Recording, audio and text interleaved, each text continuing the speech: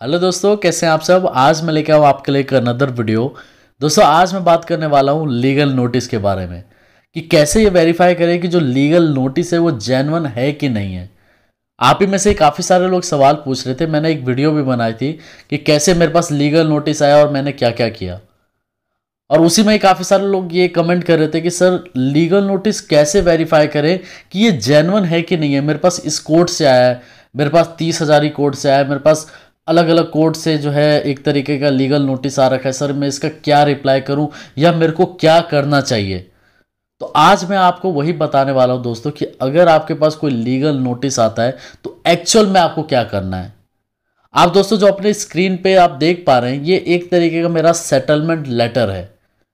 Settlement letter तब आपको मिलता है जब आप किसी लोन का या किसी क्रेडिट कार्ड का सेटलमेंट कराते हैं। तो पहले आपको जो है सेटलमेंट लेटर दिया जाता है, उसके बाद आपको उस अमाउंट को पे करना होता है। उस अमाउंट को जैसे ही आप पे कर देते हैं तो उस केस में आपको एक एनओसी दी जाती है बैंक की तरफ से कि हाँ आपने जो है इस अमाउंट का पेमेंट कर दिया है। या कभी कभी क्या होता है कि एनओसी नहीं भी देते हैं लेकिन आपके पास सेटलमेंट लेटर आ जाता है, तो इसका मतलब यह है कि आपने इस क्रेडिट कार्ड का सेटलमेंट कराया है। अगर सेटलमेंट लेटर आने के बाद आपके पास ये कॉल आती है कि आपको फिर से पे करना पड़ेगा, तो कम से कम आपके पास एक प्रूफ होता है कि हाँ आपने उस क्रेडिट कार्ड का सेटलमेंट करा लिया है।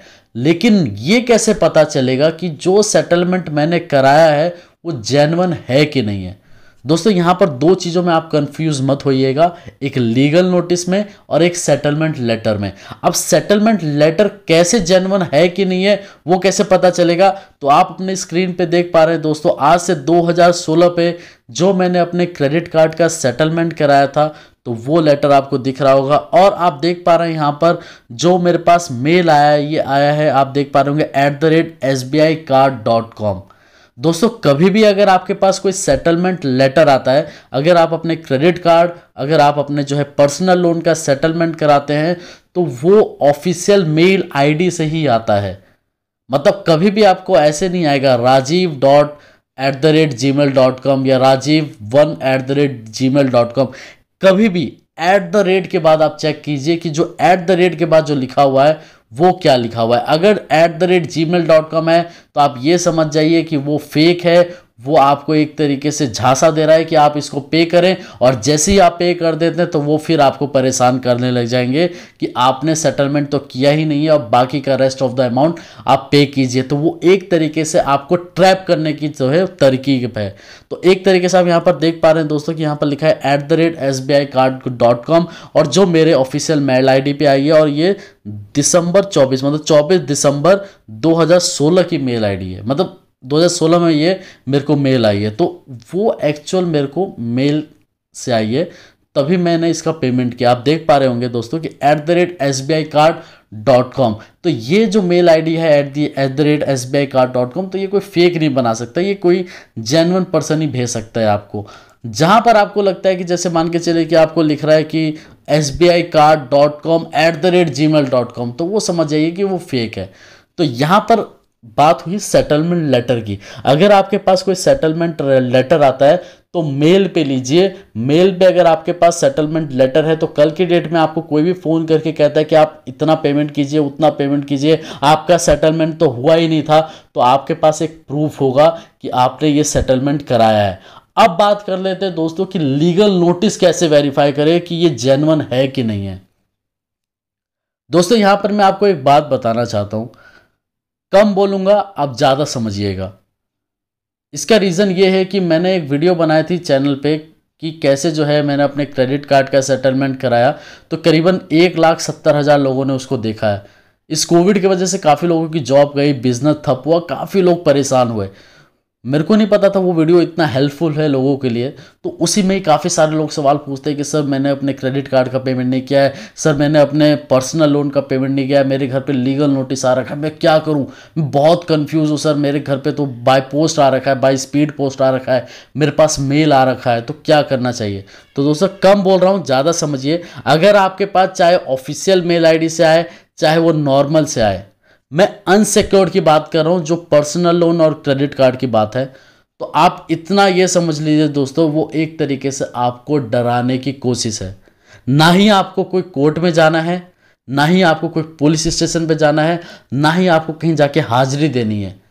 आप ये समझ के रखिए कि दोस्तों वो जो लेटर है आपको बैंक ने बना के खुद ही दिया है, ताकि आपके अंदर थोड़ा डर पैदा हो और आप उस लोन का पेमेंट करें। दोस्तों मेरा वीडियो बनाने का मोटो ये नहीं है कि आप ये सोचने लग जाए यार इसमें तो कुछ होता ही नहीं है, लेकिन जाहिर सी बात है कि दोस्तों कि एक टाइम पे बैंक ने भी आपको आपकी ज़रूरत के टाइम पे पैसे दिए होंगे, तो आपको भी यही फ़र्ज़ बनता है कि आप भी बैंक को वो पैसे विद इंटरेस्ट रिटर्न करें, ताकि बैंक भी जो है अपने फ़ायदे में रहे। लेकिन कभी कभी सिचुएशन ऐसी आ जाती है कि जहां पर हमारे पास आपके पास पैसा नहीं होता, हम डर जाते हैं कि अब ये क्या होगा, मेरे पास लीगल नोटिस आ चुका है, मेरे पास बाय पोस्ट लीगल नोटिस आया, मैं क्या करूं। दोस्तों कुछ करने की ज़रूरत नहीं है, बस वेट एंड वॉच कीजिए, इससे ज़्यादा कुछ नहीं, और ना ही कुछ होने वाला है। आप जो तरह तरीके के मन में बातें, मेरे पास काफ़ी लोग आते हैं, मैंने एक मतलब पहले आज से 2 महीने पहले मतलब एक कंटेंट भी दिया था कि अगर आप मेरे से बात करना चाहते हैं तो आप मेरे को इस कॉन्टैक्ट नंबर पे कांटेक्ट कर सकते हैं और आप जो है मेरे से डायरेक्टली बात कर सकते हैं। ऐसे ऐसे लोग आए मेरे पास, इतने डरे हुए लोग कि मैं आपको बता नहीं सकता, और आज उनके साथ कुछ भी नहीं हुआ है। जो लोग मेरे को कहते थे कि सर मेरे पास इंस्टाग्राम पे या मेरे पास कभी व्हाट्सएप पे, तो कभी मेरे पास जो है बाय मेल या बाय पोस्ट जो है मेरे पास सेटलमेंट लेटर आया, मैं क्या करूं। मैं तो उनको साफ साफ बोलता था कुछ मत करो, जो भी उस पर डिटेल दी गई है कुछ भी नहीं करने की ज़रूरत है, ना ही आपको उस नंबर पे या जो भी नंबर उस पर दिया है उस पर कॉल करने की ज़रूरत है। आप बस वेट एंड वॉच करो। दोस्तों क्रेडिट कार्ड और एक पर्सनल लोन एक ऐसा चीज़ है जिसमें सिर्फ और सिर्फ लास्ट में सेटलमेंट ही होना है, इससे ज़्यादा कुछ नहीं।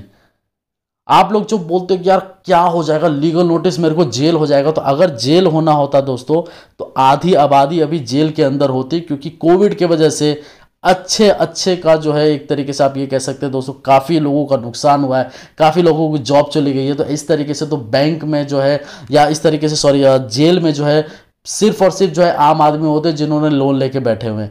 तो क्रेडिट कार्ड एक पर्सनल लोन एक ऐसा चीज़ है जहां पर आपको लीगल वगैरह कुछ भी नहीं लिया जाता, लास्ट में इसका सेटलमेंट ही सिर्फ होता है।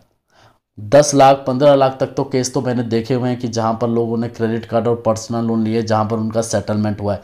लीगल नोटिस काफ़ी रेयर केस में जो है सिक्योर लोन पे लिया जाता है, जैसे प्रॉपर्टी अगेंस्ट लोन हो गया, या आपका जो है होम लोन हो गया, या कार लोन हो गया। तो इस केसेस में जो है बैंक चाहे तो उस पर एक्शन ले सकती है, क्योंकि उसमें आपकी मॉर्गेज है, उसमें आपका मतलब एक तरीके से अगर आप हाउसिंग लोन लेते हैं तो उसमें बैंक आपका जो प्रॉपर्टी के मतलब पेपर्स होते हैं वो पहले से आपकी गिरवी रख लेते हैं, मतलब अपने बैंक में रखते हैं। अगर आप प्रॉपर्टी अगेंस्ट लोन लेते हैं तो प्रॉपर्टी के जो चेन होते हैं, सारे पेपर्स होते हैं, ओरिजिनल पेपर होते हैं, वो बैंक में जमा हो जाते हैं। तो बैंक को राइट्स होता है कि आपकी प्रॉपर्टी को बेच के वो अपना पैसा इकट्ठा कर सकते हैं। लेकिन अगर जहां पर आपने पर्सनल लोन क्रेडिट कार्ड लिया आईटीआर के बिहाफ पे या अपनी सैलरी के बिहाफ पे, अगर आप पे नहीं कर पाते हैं, अगर नहीं पे कर पा रहे, तो इस केस में लास्ट एंड लास्ट जो है सेटलमेंट ही होता है। आपको घबराने की जरूरत नहीं है दोस्तों। अगर आपके पास कोई भी लीगल नोटिस आता है तो आप सिर्फ वेट एंड वॉच कीजिए, लास्ट में आप देख लीजिएगा सिर्फ और सिर्फ सेटलमेंट होगा, ना ही कोई जेल होगी, ना ही कुछ होगा। अगर आपको फिर भी कोई प्रॉब्लम होती है,